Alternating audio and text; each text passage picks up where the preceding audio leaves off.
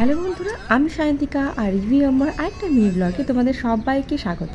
কেমন আছো বলো? হাইওয়েটা কি সুন্দর করে দিয়েছে, চড়া চড়া রাস্তা, চারদিকে গাছ গাছালি, আবার অনেক রকম জিনিসপত্র করে সাজিয়েছে, আমাদের কলকাতার মতোই খুব সুন্দর সাজিয়েছে। মাঝে একটাই টোল প্লাজা পড়েছে, এইখানে আবার স্ক্যানার দিয়ে স্ক্যান হয়ে যায় আর গাড়ির অ্যাকাউন্ট থেকে টোল প্লাজার অ্যামাউন্টটা কেটেও যায়। বাবা, কি উন্নত দেশ হয়ে গেল গো আমাদের। আমি এটা আগে কখনো দেখিনি এইভাবে, যে স্ক্যানার দিয়ে স্ক্যান হয়ে গাড়ির অ্যাকাউন্ট থেকে টাকা কেটে যায়, তাই বেশ ভালোই লাগলো। হাই, আমরা এখন যাচ্ছি, কোথায় যাচ্ছি? আমরা এখন যাচ্ছি নন্দনকানন।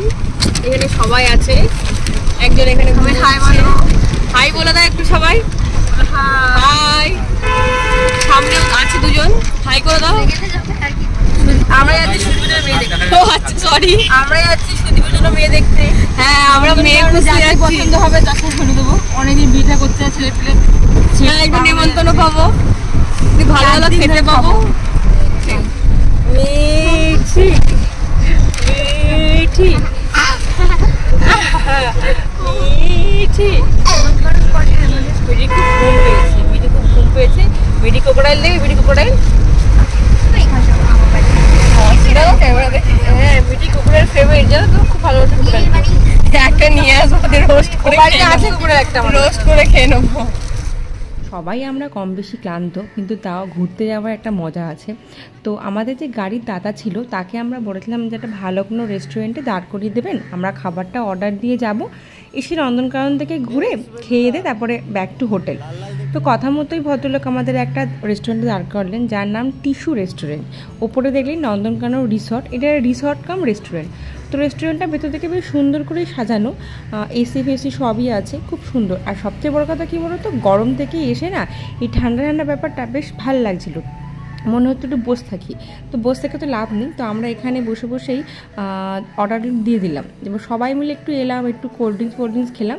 তো ওনারা কেউ টাকাও নিল না, বললো একবারে পেমেন্ট করবেন।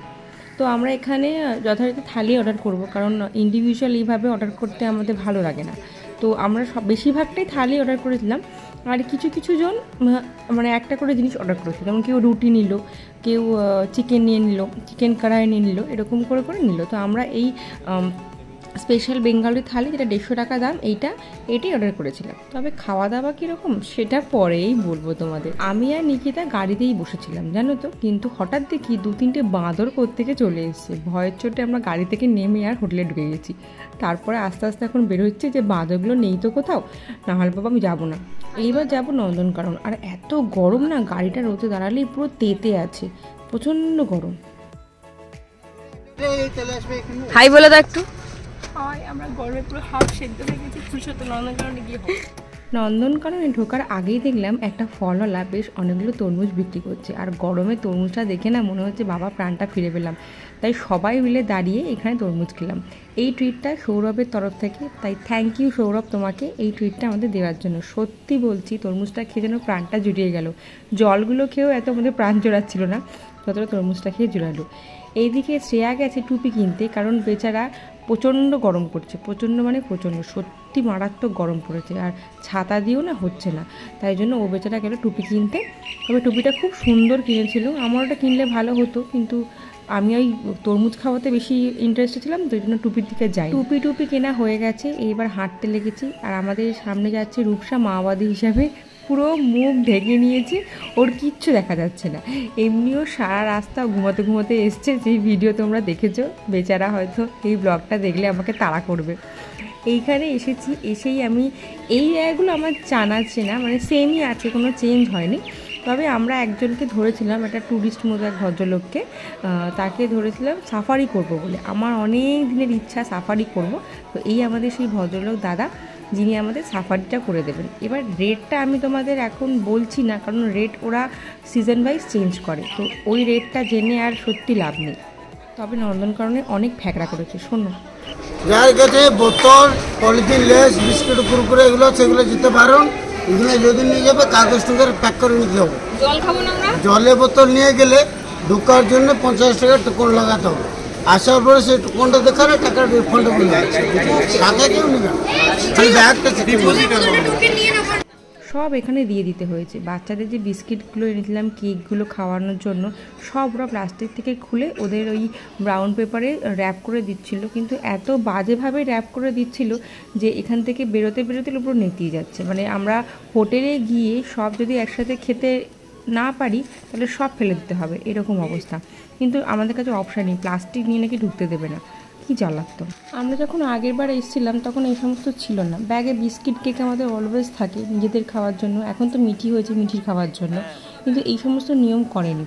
আবার এগিয়ে গিয়ে আরেকটা নিয়মের সম্মুখীনও হলাম, চলো সেটাও তোমরা দেখতে পাবে। নন্দনকাননে আর কিছু পাল্টানো হোক বা না হোক, এই গেটটা কিন্তু পাল্টানো হয়নি, আরও চকচকে আরও ঝকঝকে হয়েছে। সাইডের এই সবুজ গাছগুলোও পাল্টায়নি, খুব সুন্দর করে আছে আগে যেমন দেখেছিলাম। আমরা সবাই এগিয়ে চলেছি নন্দনকাননে সাফারির উদ্দেশ্যে। মিঠিও টুকটুক করে এগোচ্ছে, কিন্তু মিঠির একটাই সমস্যা, পাপাকে দেখলেই ও পা ব্যথা করে, সঙ্গে সঙ্গে কোলে উঠতে হবে। বেচারা আর পাপা এই গরমের মধ্যে ব্যাগ নিয়ে কোলে ওকে নিয়ে পারে বলো তো, কিন্তু মেয়ে শুনবে না, ও কোলেই উঠবে। একটুখানি এগিয়েছি কি এগোয়নি, হঠাৎ দেখি মিঠির এক পূর্বপুরুষ, কাকে বুঝতে পারছে না, দেখবে চলো। এই হচ্ছে মিঠির পূর্বপুরুষ, শুধু মিঠির নয় আমাদের সবারই পূর্বপুরুষ। বেচারা লেজটা দেখো কত বড়, আর সবাই মিলে ছবি তুলছে ওকে ঘিরে। একটা থাপ্পড় মারলে দেখতে হবে না। বাবা ওর পেটের বাচ্চা দেখলাম, বাবারে মনে হয় খাবার টাবারের উদ্দেশ্যে বেরিয়েছে। দেখো এখানে একটা ছোট্ট মতো, লেজগুলো তো কত বড় বড় বাবা। আমরা একবার মনে আছে আমাদের পাড়ায় একটা লোক ওকে ভীষণ খুটখুট করছিল, জানো তো কী জানি না কী করছিল, একটা চড় মেরেছে গিয়ে বাঁদরটা। তারপর থেকে বাঁদরের খুব ভয়, বাবারে বাবা, ওদের থেকে আমি দূরেই থাকি। এই সেই জায়গাটা যেখানে প্লাস্টিকের বোতলগুলো দিতে হবে, ওরা একটা নাম্বার করে আমার ফোন নাম্বার নিয়ে ছেড়ে দেবে, সেই নাম্বারটা বোতলেও থাকবে। কারণ এটাই, যদি তুমি প্লাস্টিকের বোতল ভেতরে কখনো খোলো বা ফেলো, তাহলে সেই বোতলগুলো তুলে এনে নাম্বার দেখে ফোন করে তোমাকে উল্টোপাল্টা বলবে। আর এগুলো রাখার জন্য 50 টাকা করে দিতে হবে, এসে ফেরত দিলে 50 টাকাটা তোমাকে ফেরত দিয়ে দেবে। টিকিট আমাদের কিছু কাটতে হয়নি, নর্মাল 80 টাকার টিকিট ছিল, সেই টিকিটটাও ভদ্রলোক কেটেছেন, কারণ ওনাকে আমরা টাকা দিয়ে দেবো পরে। আর সাফারির জন্য ওনার সাথেই আমরা কন্ট্যাক্ট করেছি, উনি যেরকমভাবে বলছেন আমরা সেরকমভাবেই যাচ্ছি। এইটা করেছে মেট্রোর মতো, একটা করে টিকিট নিচ্ছে, খুশ করে ঢোকাচ্ছে বারকোড দেখিয়ে, আর টিকিটটা ছিঁড়ে আমাদের হাতে দিয়ে দিচ্ছে, মানে পুরো মেট্রো স্টাইল। এটা আগেরবার ছিল কিনা আমার মনে নেই, এটা মনে ছিল, মনে পড়তে পারছি না। যাই হোক, এই জিনিসটা আগেরবারও দেখেছি, এবারও দেখলাম। এবার আমরা সবাই মিলে এগোবো হচ্ছে কি যে সাফারির দিকে। এই হচ্ছে টিকিট, যা লেখা আছে 50 টাকা, কিন্তু নিয়েছিল মনে হয় 80 টাকা করে, যতদূর সম্ভব, আমার ঠিক মনে নেই এই মুহূর্তে। একটা জিনিস লক্ষ্য করলাম, এই যে প্লাস্টিকগুলো আনতে দিচ্ছে না, বা এই যে প্লাস্টিকের বোতল আনতে দিচ্ছে না, বা প্লাস্টিক কভারের কোনো জিনিস আনতে দিচ্ছে না, তার ফলে কিন্তু নন্দনকাননটা পরিষ্কার পরিচ্ছন্নই আছে। প্লাস্টিক তো তোমার চারদিকে ছড়িয়ে থাকতো আগেরবার দেখেছি, কিন্তু এইবার দেখছি যে একদম ঝকঝক তকতক করছে, মানে তুমি রাস্তার মধ্যে বসেও পড়তে পারো, এত সুন্দর জায়গাটা লাগছে। আগেরবার কিন্তু এটা ছিল না, হয়তো এই সিস্টেমটা চালু করেছে বলে এত ভালো লাগে দেখতে। মানে কিছু সিস্টেম আমাদের কষ্ট দেয় ঠিক কথা, আমাদের প্রবলেম হয় ঠিক কথা, কিন্তু প্রকৃতিটা ভালো থাকে। পুরীর থেকে কিন্তু ভুবনেশ্বরে প্রচুর গরম, আর আমরা এখন এইটুকুনি রাস্তায় হেঁটে যেতে না আমাদের জাস্ট দম বেরিয়ে যাচ্ছে। মানে কোথায় বেসিন আছে কোথায় জল আছে সেগুলো ভালো করে দেখে নিচ্ছি, ঢুকেই বাঁদিকে জায়গাটা দেখে নিয়েছি, যখনই জল ফুরিয়ে যাবে এখানে পালিয়ে আসবো।